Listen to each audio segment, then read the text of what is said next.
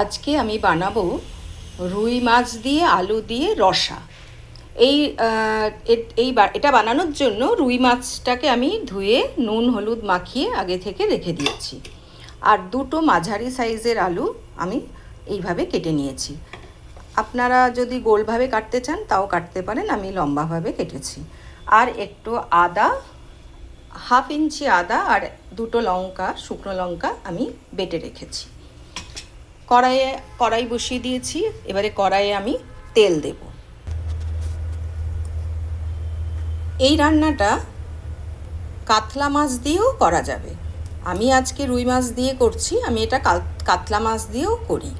তো রুই কাতলা দুটো দিয়ে এই রসাটা হয়, খুব ভালো খেতে হয়। আপনারা করে দেখবেন। তেলটা খুব ভালো করে গরম করতে হবে। তেল ভালো করে গরম করার পরেই মাছটা দেওয়া উচিত, তা না হলে কড়াইয়ে মাছটা আটকে যাবে। তেলটা একদম ভালোভাবে গরম হয়ে গেছে, দেখুন ধোঁয়া উঠছে। এবারে আমি মাছগুলো দিয়ে দেব।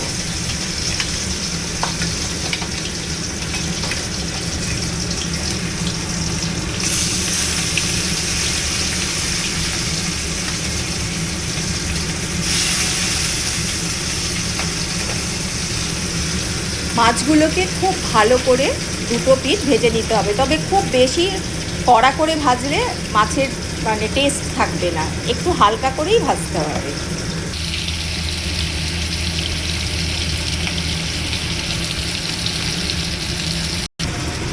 আমার মাছ ভাজা হয়ে গেছে। মাছগুলো এইভাবে ভেজে তুলে নেবেন। এইবারে এই মাছ ভাজার তেলের মধ্যেই একটা তেজপাতা দিয়ে দেব আর সামান্য জিরে, সাদা জিরে দিয়ে দেব।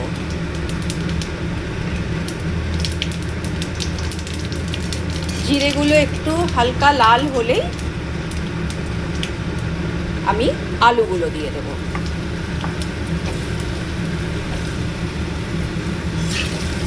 এবারে আলুটাকে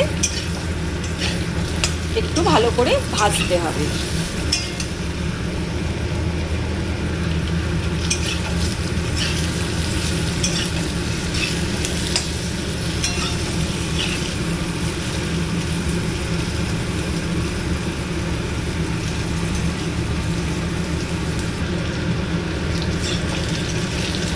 আমার আলু ভাজা হয়ে গেছে। এবারে আমি এটার মধ্যে আগে আদা আর লঙ্কা যেটা আমি বেটে রেখেছিলাম, আগে এটা দেব। আদা আর লঙ্কা বাটাটা দিলাম।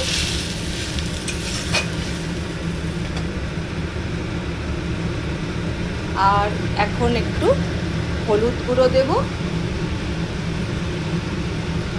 আর একটু জিরের গুঁড়ো।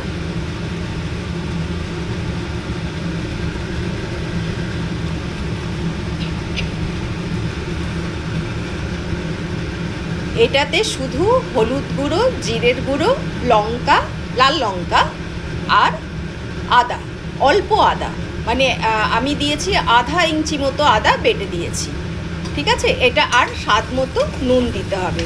এবারে এই মশলাটাকে খুব ভালো করে ভাজতে হবে তেল ছাড়া পর্যন্ত। মশলাটা দেখুন খুব ভালো মতো ভাজা হয়ে গেছে। এই যে তেল ছাড়া পর্যন্ত এইভাবে শুকনো করে করে ভেজে নিতে হবে। মশলাটা ভাজা না হলে গন্ধটা খুব বাজে, মানে একটা কাঁচা মশলার গন্ধ বেরোবে, সেটা যেন না হয়। তাই এইভাবে ভালো করে ভেজে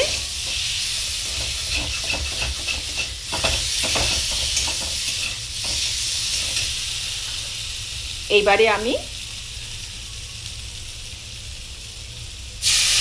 জল ঢেলে দেবো।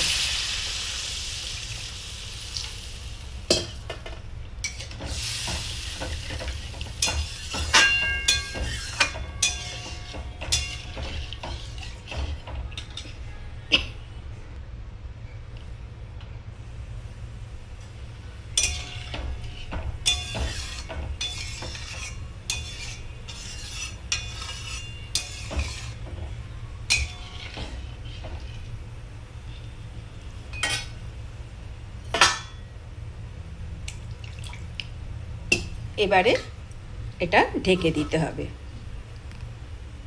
ঝোলটা ফুটে উঠলে তখন সিম করে দিতে হবে। দেখুন ঝোলটা ফুটে গেছে। এবারে আমি এটাকে সিম করে দেব, দিয়ে আবার ঢেকে দেব যতক্ষণ না আলুটা সেদ্ধ হচ্ছে। আলু সেদ্ধ হয়ে গেলে তারপরে মাছগুলো দিয়ে আরও একটু ঢাকা দেব।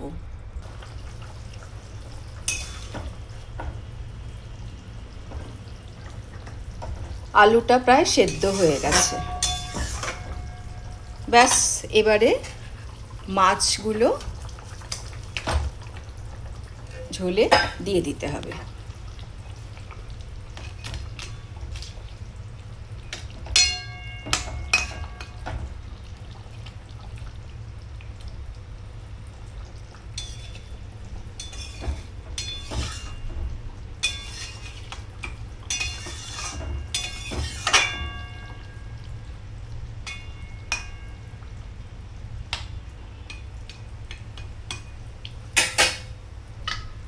আমি আরেকটু ঢাকা দেব, কারণ মাছগুলো যাতে একটু সেদ্ধ হয়ে যায়।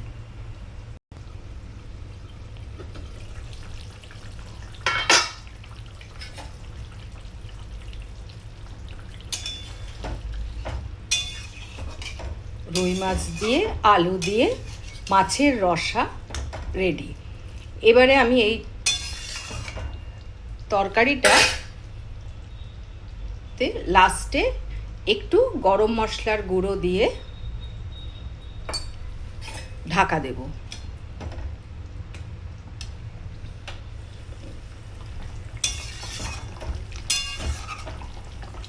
একটু ঘি, মানে যেটা আমাদের দেশি ঘি বাঙালিদের, সেই ঘিটাও একটু দেওয়া যায়। আমি আজকে দিচ্ছি না, কিন্তু এটার মধ্যে একটু ঘি আর গরম মশলা দিয়ে এবারে আমি আঁচটা বন্ধ করে দেব, দিয়ে 5 মিনিট ঢাকা দিয়ে রেখে দেব, তারপরে নামাবো।